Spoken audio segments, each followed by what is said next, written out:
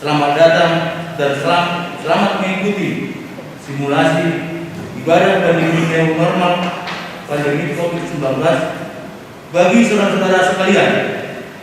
Terlebih bagi saudara kami yang baru pertama datang beribadah bersama kami di tempat ini, kiranya persekutuan kita hari ini benar-benar membawa kita sukacita dan damai sejahtera dalam kehidupan kita demi kemuliaan Tuhan kita Yesus Kristus. Mari kita mempersiapkan hati kita untuk memulai ibadah kita hari ini. Kita memasuki saat teduh dan berdoa di dalam hati kita masing-masing. Kita mulai.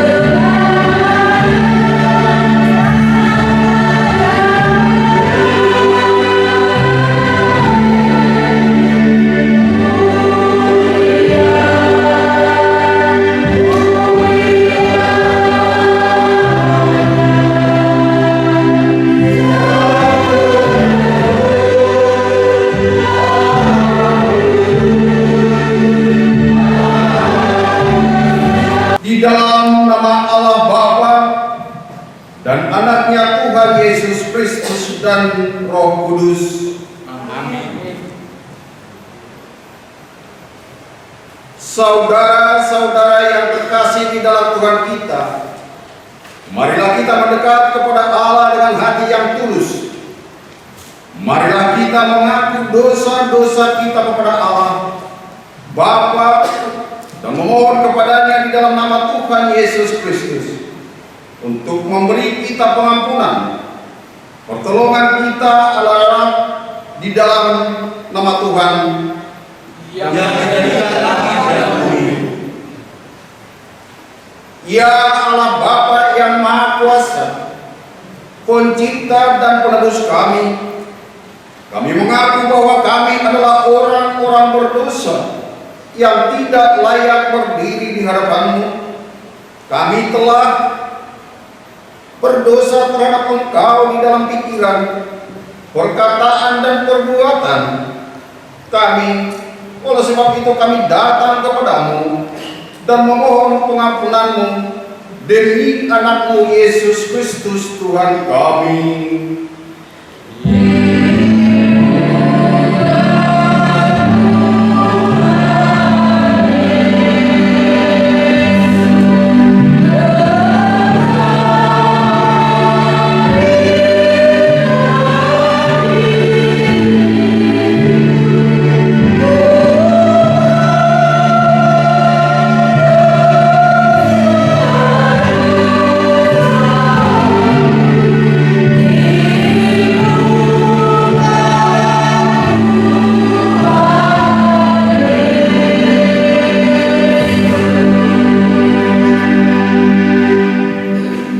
Janji Tuhan tentang pengampunan dosa. Jika kita mengaku dosa kita, maka Ia adalah setia dan adil, sehingga Ia akan mengampuni segala dosa kita dan menyucikan kita dari segala kejahatan. Segala kemuliaan bagi Allah di tempat yang maha tinggi. Amin.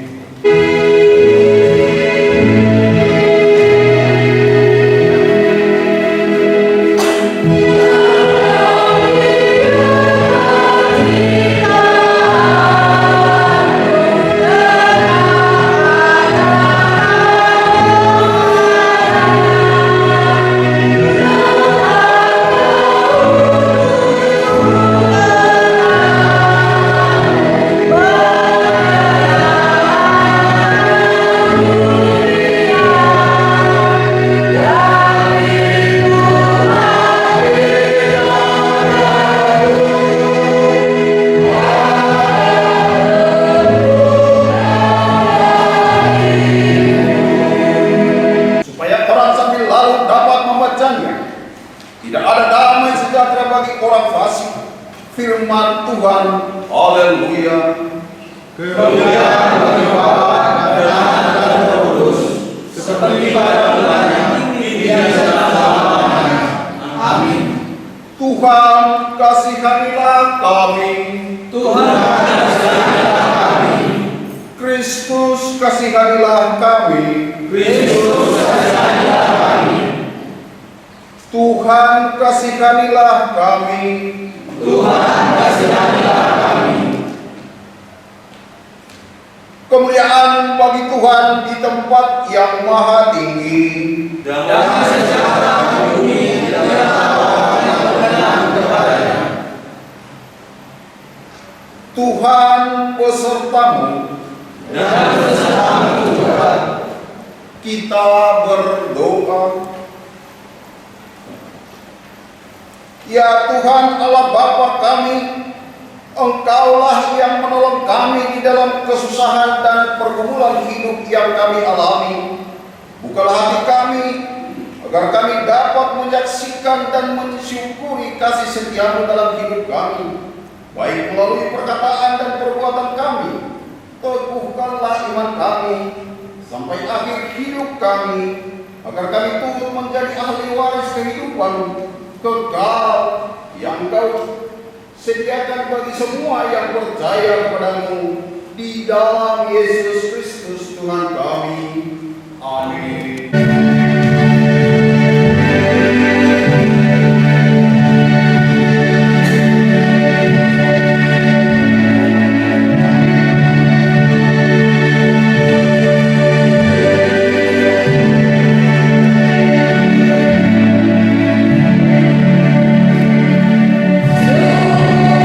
Sungguh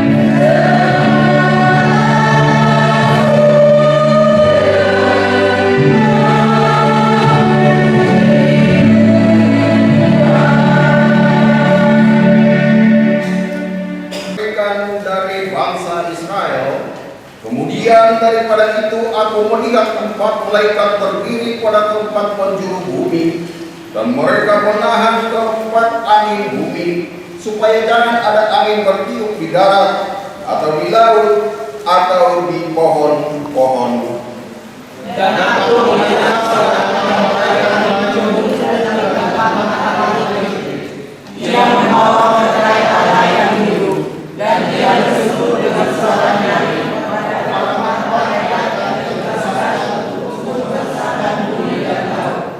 Katanya, janganlah merusakkan bumi, atau laut, atau pohon-pohon sebelum kami memeteraikan hamba-hamba Allah kami pada dah mereka. Amin. Demikian firman Tuhan. Yang berbahagia ialah mereka yang mendengarkan firman Allah dan yang memeliharanya. Amin.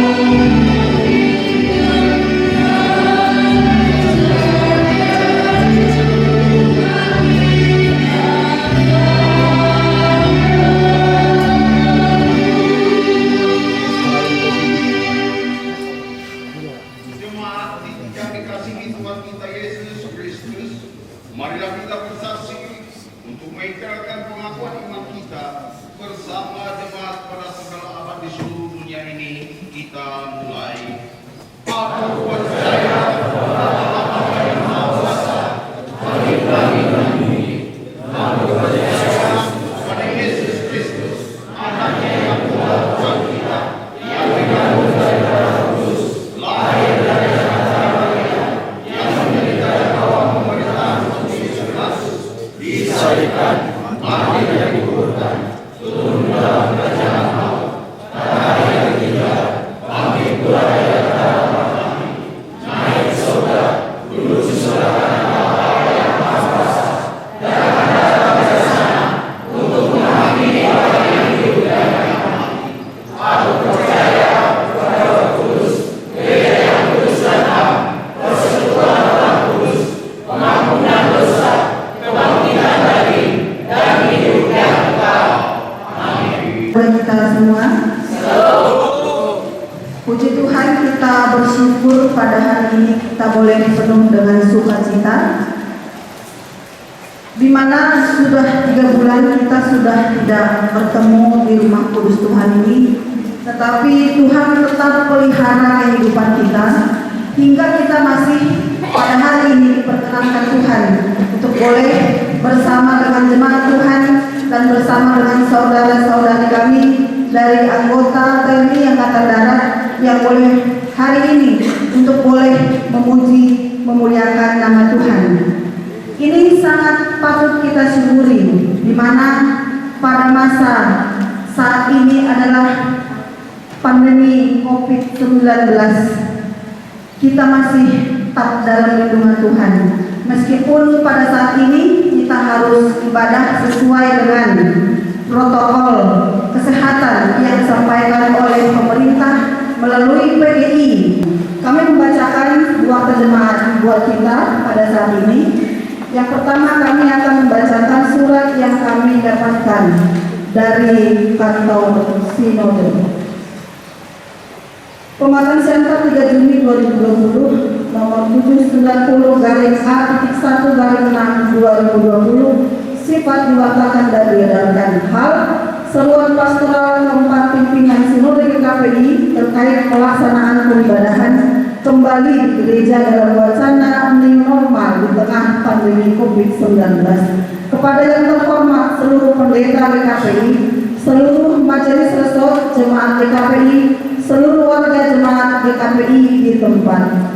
Doa dan harapan kami, kiranya saudara-saudara sekalian sehat-sehat dan dalam perlindungan Tuhan dalam wabah COVID-19 yang sedang kita hadapi bersama sekarang ini. Sebagaimana kita ketahui bersama, Indonesia masih dalam situasi bencana nasional karena pandemi COVID-19. Lakukan pengecekan suhu tubuh di pintu masuk jika ditemukan warga dengan suhu 37,5 derajat Celcius dilakukan 2 kali, maka tidak diperkenankan memasuki area rumah ibadah. Mengatur jarak tempat duduk 1 sampai 2 meter kiri kanan dan depan belakang serta membuat label jarak tanda silang di tempat duduk. Sesuai dengan kondisi, jemaat disarankan untuk melakukan peribadahan lebih dari 1 kali dengan pengaturan sebagaimana yang diaturkan dalam buku. Memasang himbauan penerimaan keuangan melalui persembahan ibadah di rumah kita masing-masing yang setor ada 16 KK. Untuk bulan April itu kami hanya membacakan untuk globalnya saja. April kalau kita menerima sebesar Rp2.374.000 dan untuk bulan Mei kita menerima Rp2.168.000. Dan bagi jemaat Tuhan yang belum untuk menyerahkan persembahannya, untuk boleh diserahkan ke bendahara, dan untuk waktu bulanan juga kita bisa serahkan kembali ke bendahara jemaat. Karena Bapak Ibu yang terkasih, untuk masa pandemi COVID-19 ini kami beritahukan bahwa jemaat kita hanya mampu memberikan setoran untuk pusat saja. Jadi tidak ada yang lain. Seluruhnya yang ada di jemaat kita semua diberhentikan, baik transportasi, baik apapun itu, kecuali hanya untuk setoran pusat, karena kita memang tidak mempunyai keuangan yang cukup untuk boleh memenuhi tersebut. Jadi kami harapkan pengertian dari kita seluruh majelis yang ada di jemaat kita di KPI Raja Manggala. Puji Tuhan, kita bersuka cita pada hari ini. Bapak Ibu, seperti yang diwartakan tadi oleh Sekretaris Mandala, bahwa pada hari ini kita akan mengadakan pelantikan panitia periodisasi jemaat khusus jemaat Raja Mandala. Ini kami mohon maaf karena agak terlambat. Seharusnya ini kami adakan di bulan Maret, karena pada lalu kami sudah lantik di bulan Maret. Kami berhubung pada waktu itu tiba-tiba ada pandemi corona sehingga semuanya berhenti. Baik, Bapak Ibu, kami akan membaca SK daripada panitia periodisasi jemaat Raja Mandala. Gereja Kristen Protestan Indonesia. Surat keputusan Gereja Kristen Protestan Indonesia Resort Padalarang nomor 002-GJK-RP-RJ-2020 tentang pembentukan panitia periodisasi majelis jemaat khusus jemaat Raja Mandala Resort Padalarang. Setelah membaca surat edaran dari kantor sinode nomor 1190-A1-2019 tanggal 28 Oktober 2019 mengenai periodisasi majelis jemaat atau jemaat khusus dan majelis resort KPI periode 2020 sampai 2025. Yang kedua, hasil senmol resort KPI Resort Padalarang pada tanggal 6 Maret 2020 di Jemaat Raja Mandala. Mengingat tata gereja dan peraturan rumah tangga di KPI menimbang bahwa untuk menindaklanjuti surat edaran dari kantor sinode nomor 190-A1-2019 tentang periodisasi majelis jemaat dan resort dipandang perlu untuk segera menetapkan dan melantik panitia periodisasi tingkat jemaat. Memutuskan menetapkan yang pertama, membentuk dan menugaskan panitia periodisasi tingkat jemaat Raja Mandala. Yang kedua, menetapkan nama-nama sebagai berikut. Kami undang nanti langsung maju ke depan. Yang pertama, Bapak SL Naibaho sebagai ketua, kami mohon langsung ke depan. Kemudian yang kedua, Bapak S Nainggolan sebagai sekretaris. Yang ke-8, membuat berita acara pemilihan yang ditandatangani oleh pimpinan sidang umum jemaat bersama ketua dan sekretaris panitia teknis pelaksanaan. Yang ke-9, mempertanggungjawabkan seluruh tugas-tugasnya kepada pendeta resort. Keempat, berkedudukan jemaat KPR di Mandala Sumatera. Kelima, terhitung sejak ini sebagai skor saya, sebenarnya sudah terhitung sejak 15 Maret 2020. Yang keenam, surat keputusan isi waktu dapat diubah dan diperbaiki jika terdapat kekeliruan. Demikian surat keputusan ini dibuat dan disampaikan kepada yang bersangkutan untuk diketahui dan dilaksanakan sebaik-baiknya.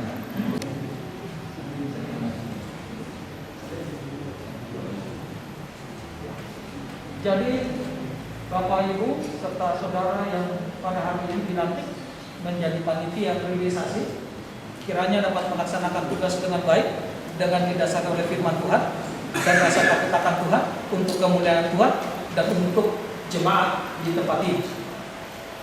Dan pada hari ini di depan jemaat semua di rumahnya yang kudus ini, saya melantik Bapak Ibu serta saudara yang terkasih di dalam nama Allah Bapa dan di dalam nama anaknya Tuhan Yesus Kristus dan di dalam nama Roh Kudus. Amin. Selamat melaksanakan tugas dan kiranya Tuhan selalu memberkati Bapak Ibu serta saudara yang dikasihi oleh Tuhan kita Yesus Kristus.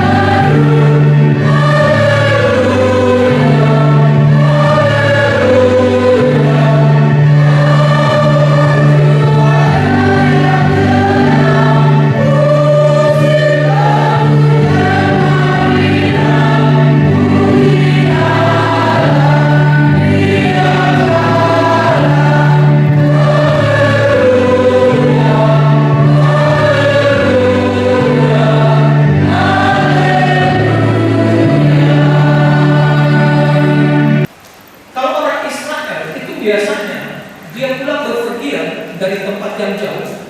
Di depan rumahnya itu ada tempayan besar. Tempayan itu berisi air. Tugas pelayan atau budak dari yang punya rumah itu, mereka ketika datang tuannya, mereka akan membasuh kaki dan tangan dari tuannya, lalu memberikan handuk. Kalau kita nonton film-film kolosal, film-film Tuhan Yesus, kan ada yang diikat di pinggang kain. Nah, itu salah satu fungsinya ketika dia masuk rumah, itu yang dipakai nanti untuk setelah mencuci muka untuk mengeringkan muka, tangan dan kaki. Nah, kalau budak dia punya tersendiri, ketika tuannya sampai dia akan cuci tangan dan cuci kaki dari tuannya sebelum masuk ke rumah. Saya rasa dulu kita juga seperti itu waktu masih anak, yang usianya sudah 40 tahun kan ya. Tapi karena waktu, karena perkembangan zaman, akhirnya kita lupa. Dibunuh oleh waktu, sehingga yang tadinya diajarkan untuk cuci tangan sebelum makan, sesudah makan, atau pulang berpergian bepergian kita harus cuci tangan, cuci kaki, itu tidak berlaku lagi. Tapi sekarang itu dikembalikan lagi kepada yang semula. Maka dikatakan new normal, tatanan kehidupan yang baru. Kita harus memulai segala sesuatu lagi dengan yang baru. Caranya apa? Salah satunya himbauan supaya kita pakai masker, ya, pakai masker, jaga jarak, cuci tangan, pulang bepergian langsung mandi. Ya, baju yang dari luar tidak boleh lagi kita pakai, harus langsung dicuci. Nah, ini kan sesuatu yang baik, yang belum pernah ada, tetapi menjadi tidak ada karena kita masuk dalam era globalisasi modern yang dikejar oleh waktu sehingga yang baik menjadi hilang. Tapi sekarang kita diingatkan kembali untuk kembali kepada apa yang baik yang pernah diajarkan oleh orang tua kita dulu. Itu yang pertama. Lalu yang kedua, berbicara tentang firman Tuhan pada hari ini, tahun Sabat dan tahun Yobel. Kenapa terjadi bencana alam di mana-mana? Tanah longsor, tanah bergeser, hujan yang kalau dulu, maaf ya, saya sudah sering katakan, kalau dulu kita bisa memprediksikan antara bulan ini sampai bulan ini. Bulan ini bulan hujan dan bulan musim kemarau atau musim panas. Sekarang bisa nggak kita prediksi? Tidak bisa. Karena apa? Apakah Tuhan marah kepada kita? Tidak, Tuhan tidak marah. Tapi akibat dari kita sendiri yang tidak bisa menjaga alam di sekitar kita.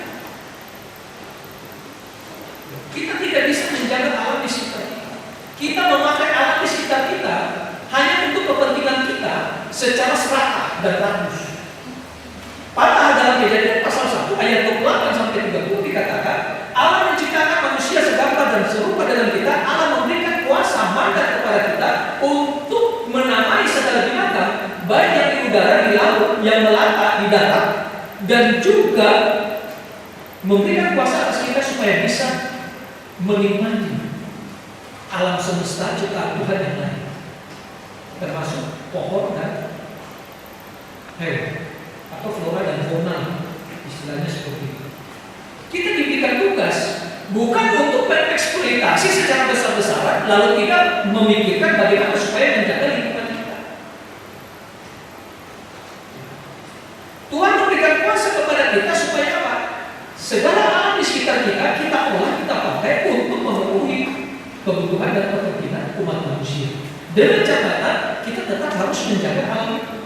Kalau kita menebang pohon untuk keperluan pembangunan rumah dan sebagainya, untuk buat jadi kertas dan sebagainya, harus apa? Harus reboisasi, harus tanam lagi, bukan yang pernah kita tebang itu pohon yang pernah kita tebang. Supaya apa? Supaya dia ada regenerasi daripada alam kita ini. Bayangkan kalau tidak ada lagi pohon, kita mau dapat oksigen dari mana? Padahal itu yang kita butuhkan dari pohon. Kalau kita tidak lagi reboisasi pohon yang kita tebang itu, banjir. Pelajaran IPA mengatakan kalau tidak ada lagi pohon, datang hujan, air hujan dia tidak lagi masuk ke dalam tanah, tidak lagi diresap oleh akar pohon, sehingga dia mendatangkan banjir dan tanah longsor. Salah siapa? Bukan salah Tuhan. Salah siapa? Salah kita. Karena kita tidak memakai kuasa yang Tuhan berikan kepada kita itu dengan baik dan bertanggung jawab. Lalu bagaimana hasil laut kita? Apakah hasil laut kita bisa memberikan makanan kepada kita, ikan-ikan yang segar dan ikan-ikan yang bagus buat kita konsumsi? Gizi yang paling tinggi itu ikan di laut. Tapi kalau cara kita mengambil ikan di laut dengan cara yang salah, apakah itu akan membuat ikan kita semakin banyak atau membuat ikan kita semakin berkurang? Kalau kita pakai apa? Bom ikan, merusak terumbu karang, ikan tidak bisa lagi hidup di situ. Mau cari di mana kita ikan? Tidak bisa. Jadi ada peraturan pemerintah, maaf, waktu zaman menterinya Ibu Susi, kapal-kapal ikan yang tonase tertentu itu tidak bisa mengambil. Supaya apa? Ini menjaga kelangsungan habitat di laut kita, supaya ikan kita tetap terjaga, ikan kita tetap banyak, konsumsi untuk kita dan masa depan anak-anak kita itu ada. Mau kita kita makan ikan yang sudah diformalin, Bapak Ibu dan saya seakan-akan kita seperti mayat aja diformalin diam-diam. Jadi kalau beli ikan di pasar, kalau banyak lalat itu yang lebih bagus daripada ikan yang ditaruh tapi tidak ada lalat yang tinggal, itu pasti formalin. Tapi kalau ada lalat ya, itu pasti dia tidak pakai formalin, itu bagus, itu dikonsumsi. Lalu apa aja yang membuat alam sekitar kita yang pada akhirnya marah terhadap kita? Karena kita tidak bertanggung jawab terhadap alam ini. Kita mengeksploitasi alam dengan seenaknya kita. Sehingga hari ini firman Tuhan mengatakan kepada kita, atau tema kita, panggilan untuk memelihara alam yang didasarkan oleh Imamat pasal 25 ayat 1 sampai 13. Ada tahun Sabat dan tahun Yobel. Tahun Sabat ya, itu sama saja begini. Yesus bekerja, Allah menciptakan langit dan bumi berapa hari? 6 hari. Pada hari yang ke-7 Allah beristirahat. Ini lebih luas jangkauan nanti. Ya, jangkauannya apa? Ini sudah menyangkut dengan kehidupan manusia. Alam sekitar yang kita olah, tanah yang kita pakai untuk ditanami, ya, tanaman yang bisa menghasilkan bagi kita. Jadi dalam tradisi bangsa Israel itu 6 tahun setelah tahun pertama dia tanam, itu kan ada yang, sekarang kan ada yang unggul, ditunggu dan sebagainya, 6 bulan sudah bisa pakai, 3 sampai 6 bulan. Jadi selama 6 tahun itu mereka boleh mengambil hasil dari lahan atau tanah yang mereka punya. Tapi pada tahun yang ke-7, makanya di tahun Sabat itu harus istirahat. Tanah itu tidak boleh diolah, biarin apa saja yang mau tumbuh di situ silakan. Jadi 1 tahun tanah itu harus diolah. Supaya apa? Supaya tingkat kesuburan, ketumbuhan dari tanah itu kembali lagi. Kalau kita selama ini kan kita, selama tanah itu bisa menghasilkan, maka kita akan tetap memakai tanah itu, menguras tanah itu. Hasilnya semakin baik dan benar. Kualitasnya semakin bagus atau tidak? Tidak. Karena apa? Karena kita paksain tanah itu. 15 tahun juga kita tanam, 20 tahun kita tanam. Hasilnya bagus kan? Enggak. Karena apa? Saripati dari tanah itu, kesuburan dari tanah itu sudah berkurang. Yang tadinya kalau kita oh ini dulu pohon mangga saya buahnya manis, sekarang kok nggak manis, tawar. 3 kalian sejak kapan pohon mangga itu ada? Oh dari sejak saya lahir, udah berapa tahun pohon mangga itu ada? Ya. Jadi tahun ke-7 itu biasanya harus istirahat. Nanti tanah atau ladang ini diolah lagi pada tahun ke-8. 1 tahun setelah gembur tanah ini, ketika masuk tahun ke-8 di tanah, menghasilkan hasil yang baik. Karena apa? Saripati dari tanah, kesuburan dari tanah itu dia telah kembali. Karena selama 1 tahun itu istirahat. Lalu yang berikut tahun Yobel. Tahun Yobel ini seperti tadi pembacaan kita 7 kali 7 49. Tahun Yobel itu jatuhnya ke tahun 50. Segala sesuatu harus dibebaskan. Maka Jubiliu atau Yobel itu kan tahun pembebasan. Tahun pembebasan, tahun Yobel. Tahun ke-50. Jadi kalau ada pintutan antara orang Israel kepada kaumnya, itu harus dibebaskan. Jadi contoh sederhana, kalau saya utang sama Amang dulu, ya, lalu sisa utang saya itu umpamanya 2 juta. Setelah masuk tahun ke-50 itu harus hilang, harus dihapuskan. Jadi utang saya dianggap lunas. Itu tahun Yobel, tahun pembebasan. Lalu ada orang yang bekerja sebagai budak, tahun yang ke-50 dia harus dibebaskan. Kalau orang Israel, kalau dia tidak bisa bayar hutang, dia harus bekerja di rumah di mana orang dia berhutang sampai hutangnya lunas. Tapi kalau tahun Yobel hutangnya tidak lunas, ya, maka dia harus dibebaskan, dikembalikan lagi kepada kaumnya atau kepada keluarganya atau kepada sukunya. Jadi dianggap lunas. Kalau saya menggadaikan tanah saya kepada bapak ibu dan pada tahun jatuh pada tahun Yobel tahun ke-50, saya tidak bisa lagi mampu membayar sisanya, itu dianggap lunas. Tanah gadai itu dianggap lunas. Saya tidak punya utang apa-apa lagi. Itu tradisi bangsa saya. Jadi tahun Yobel. Kenapa dinamakan Yobel? Ya. Itu pertanyaan, kenapa dibilang Yobel? Kalau sampai kita sudah tahu perhentian istirahat. Yobel itu yang tadi saya bilang tahun pembebasan, itu sebenarnya Yobel itu diambil dari alat musik sangkakala. Bukan trompet, trompet kan dia ada nada. Sangkakala dia tidak ada nada. Nah, salah satu dari sangkakala itu namanya Yobel. Dan ini yang biasanya ditiup pada tahun perayaan hari perdamaian atau kebebasan Yobel. Jadi sangkakala itu yang namanya Yobel itu yang biasa ditiup, sehingga dikatakan tahun Yobel. Bapak Ibu yang dikasihi oleh Tuhan kita Yesus Kristus, kembali lagi kepada tema kita, panggilan untuk memelihara Allah. Sejauh mana Bapak Ibu dan saya terpanggil untuk memelihara Allah, menjaga Allah, baik tumbuh-tumbuhan maupun hewan yang ada di sekitar kita. Sejauh mana kita sudah menandakan memfungsikan lahan yang ada di depan rumah kita. Kita bisa menjaga alam? Bisa. Jangan depan rumah kita umpamanya kita semen semua, kan? Nanti tidak ada sampah lain. Kalau pasang parking blok itu masih bisa karena ada bisa ada resapan air masuk. Atau kita bikin lubang-lubang kecil supaya ada resapan air masuk. Supaya apa? Ketika musim kering, mesin air kita menarik masih ada air. Atau kita memfungsikan lahan yang ada di depan rumah kita. Tomat mahal, cengkeh mahal. Kenapa kita nggak tanam di depan rumah?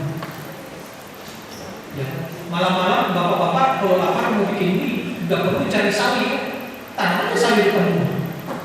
Ibu pendeta punya, dia makan saja sawi. Dia baru udah botak ini sawi saya ini. Soalnya malam-malam saya sama anak saya pertama itu kami biasanya bikin mie, jadi potong itu sawi. Ya. Kenapa kita tidak memfungsikan itu? Kebutuhan memenuhi kebutuhan kita, tapi kita juga bisa menjaga alam di sekitar kita. Bapak Ibu yang punya knalpot motor atau mobil, tolong kalau yang sudah warna hitam, yang ketika Bapak Ibu depan, kami di belakang itu ketika berkaca udah hitam di belakang itu. Nah itu juga sebagai orang yang merusak alam di sekitar kita. Karena karbon dioksida yang keluar dari itu yang akan merusak lapisan ozon yang melindungi bumi kita dari sinar matahari. Bapak Ibu pasti sudah nonton, sudah dengar di media cetak, media televisi, dan elektronik dan sebagainya. Ada beberapa pulau di dunia termasuk di Indonesia beberapa tahun ke depan itu akan hilang. Karena apa? Akan tenggelam, bukan hilang apa, tapi akan tenggelam. Karena apa? Karena es di kutub utara dan kutub selatan dia sudah mencair. Kan cuma dia sirkulasi Pak.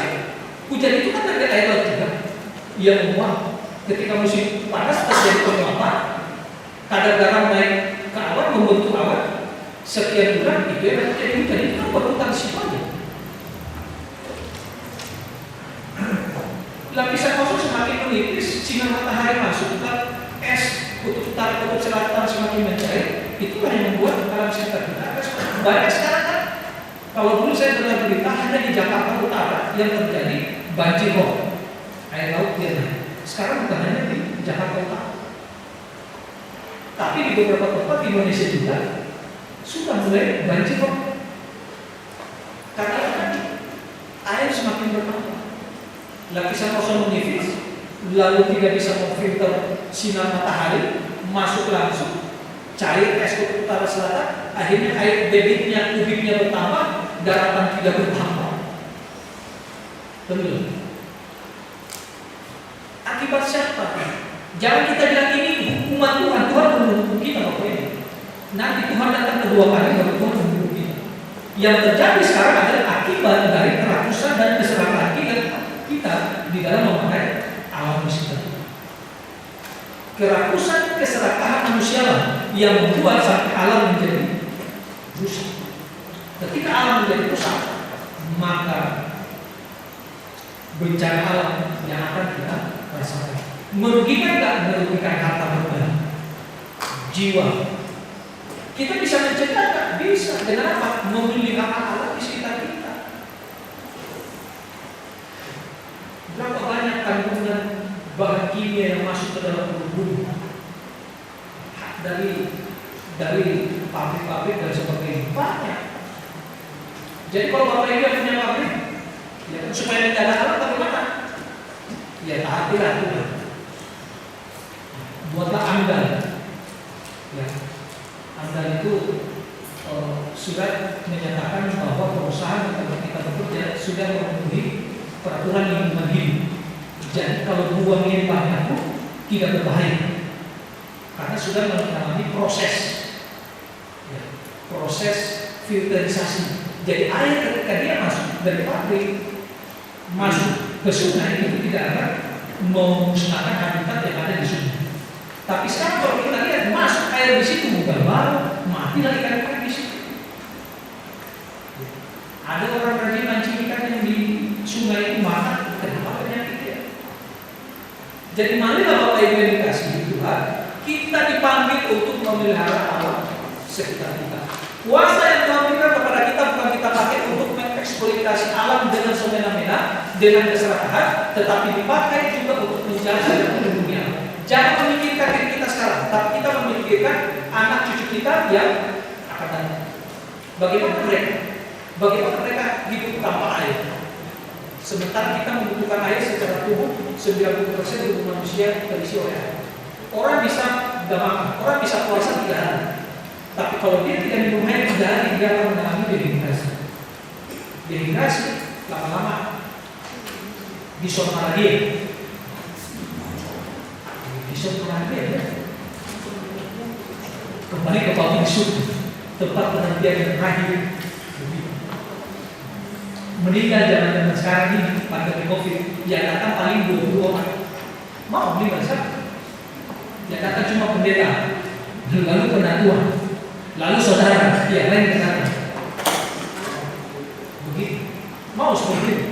Sakit sekarang itu orang bilang ini karena COVID itu padahal dia panas di semua. Flu biasa. Jadi Bapak Ibu yang dikasihi Tuhan kita Yesus Kristus, kalau kita memelihara alam maka kita menjaga mandat dan Tuhan berikan kepada kita. Kalau kita menjaga alam, maka kita telah menjaga kelangsungan kehidupan umat manusia di masa yang akan datang. Oleh karena itu, marilah kita menaati peraturan yang telah dibuat pasca pandemi COVID-19 ini. New normal, tatanan kehidupan yang baru. Kita kembali lagi kepada tatanan kehidupan yang baru. Kalau kita tidak menghargai alam, sekarang saatnya kita harus menghargai alam. Kalau kita tadinya tidak memelihara alam di sekitar kita, saatnya kita harus memelihara alam di sekitar kita. Ingat bahwa bukan hanya kita yang hidup saat ini, ada anak cucu cicit kita, masa depan mereka yang harus kita ingat. Oleh karena itu, tetap semangat, aman dan ingat ya, di new normal ini. Ya, kita butuh penyesuaian. Duduk yang tadinya rapat-rapat, sekarang ada batasan. Bukan karena kita ingin berpisah, tapi karena ada si corona ini, jadi kita sementara menjaga diri. Bukan kita tidak mau bersalaman, bukan kita mau memutuskan persaudaraan, tapi daripada saya menjadi corona buat Bapak Ibu lebih baik. Jangan menganggap bahwa kita sehat. Bisa saja kita sehat, orang lain kondisi tubuhnya nggak kuat, dia terkena dampak. Jangan kita menjadi penyebar dari virus atau penyakit. Gereja harus jadi berkat, bukan jadi batu sandungan kepada orang lain. Gereja harus bisa mencegah supaya jemaat atau orang sekitar tidak terkena corona, bukan menjadi penyebab dari corona. Tetap semangat, salam sehat, jaga jarak, pakai masker, stay at home. Karena kepada Yesus bahwa engkau harus lahirkan. Ini saatnya kami gereja pribadi dan pastor harus dilahirkan kembali, harus lahirkan di dalam Tuhan, sehingga kerohanian akan menjadi kerohanian yang bertumbuh di dalam Kristus Yesus. Tuhan, terima kasih. Kami juga pada hari ini dalam melaksanakan pelatihan panitia priorisasi 2020 sampai 2025. Kiranya panitia priorisasi dapat melaksanakan tugasnya dengan baik, didasari oleh firman Tuhan, didasari oleh ketaatan dan ketakutan akan Engkau ya Tuhan, sehingga dapat melaksanakan tugasnya dengan baik. Tidak ada intervensi dari manapun yang dapat mengganggu panitia priorisasi itu. Oleh karena itu, biarlah di tengah-tengah situasi new normal ini panitia dapat bekerja dengan baik dengan jeda waktu yang diberikan kepada kami. Kiranya dapat memakai efektivitas mungkin. Tuhan terima kasih. Kami juga tidak mau berdoa bagi jemaat di tempat ini. Tuhan tahu dampak dari pandemi COVID-19 ini ya Tuhan. Banyak sekali jemaat yang mengalami kesusahan secara ekonomi ya Tuhan. Pendapatan kami menurun ya Tuhan. Kami tidak bisa bekerja, kami tidak bisa menghasilkan sesuatu untuk kebutuhan kami. Tapi kami yang percaya selama 3 bulan ini Tuhan tetap memelihara dan menjaga kami, sehingga kami bisa hadir di rumah yang kudus untuk beribadah bersama dengan Kau. Tuhan, kami juga mengucap syukur dan terima kasih pada saat ini ya Tuhan, di dalam ibadah perdana simulasi new normal ini Tuhan, GKPI Jemaat Gereja Mandala, kami boleh dihadiri oleh rekan-rekan terkasih kami TNI Angkatan Darat yang saat ini sedang menjalani pendidikan di tempat ini. Tuhan tolong jaga mereka itu, jaga kesehatan mereka, jauhkan sakit penyakit daripada saudara-saudara kami TNI Angkatan Darat ini. Berikan semangat, berikan motivasi kepada mereka selama mereka mengikuti pendidikan di tempat ini. Tuhan berkati mereka ya Tuhan di dalam setiap pelajaran pendidikan yang mereka terima ya Tuhan.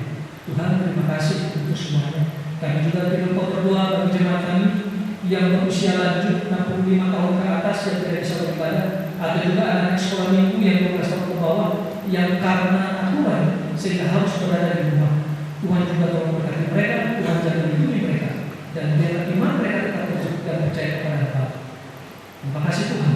Inilah doa kami, doa yang tidak sempurna, yang kami naikkan hanya di dalam nama Yesus Kristus, Tuhan dan Juru Selamat kami. Amin.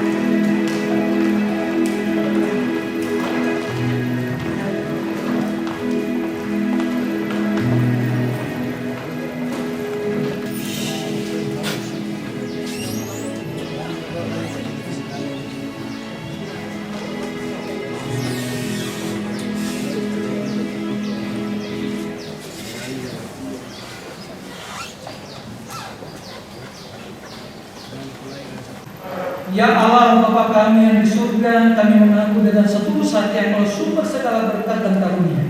Di sini kami memberikan persembahan syukur kami kepadamu. Terimalah persembahan umat-Mu dan berkatilah menjadi alat kesaksian, persekutuan dan pelayanan di jemaat-Mu di KPI Raja Mandala ini. Jadikan hidup kami persembahan yang berkenan kepadamu, dan pakailah hidup kami untuk turut menghadirkan tanda-tanda kerajaan di seluruh dunia ini. Kasih, keadilan, damai sejahtera, dan sukacita. Bukalah hati kami oleh Roh Kudus-Mu, agar kami senantiasa mengucapkan syukur kepadamu. Di dalam nama Yesus Kristus Tuhan kami. Amin.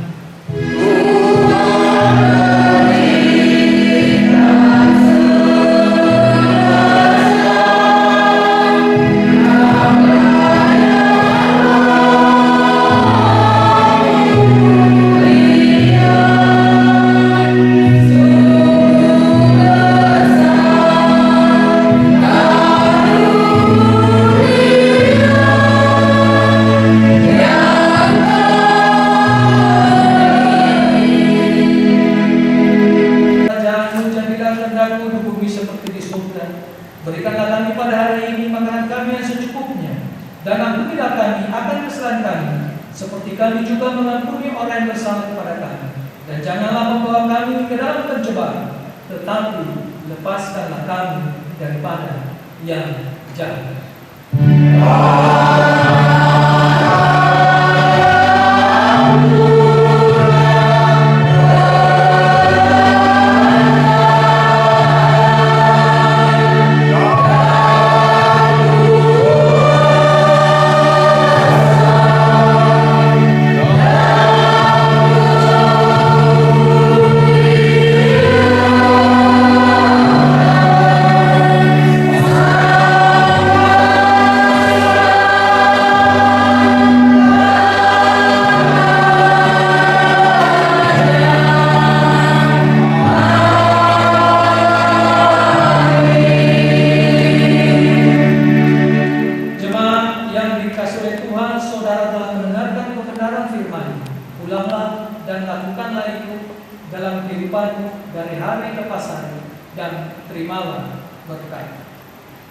Tuhan memberkati engkau dan melindungi engkau.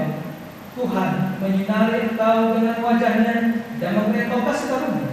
Tuhan menghadapkan wajah-Nya kepadamu dan memberi engkau damai sejahtera.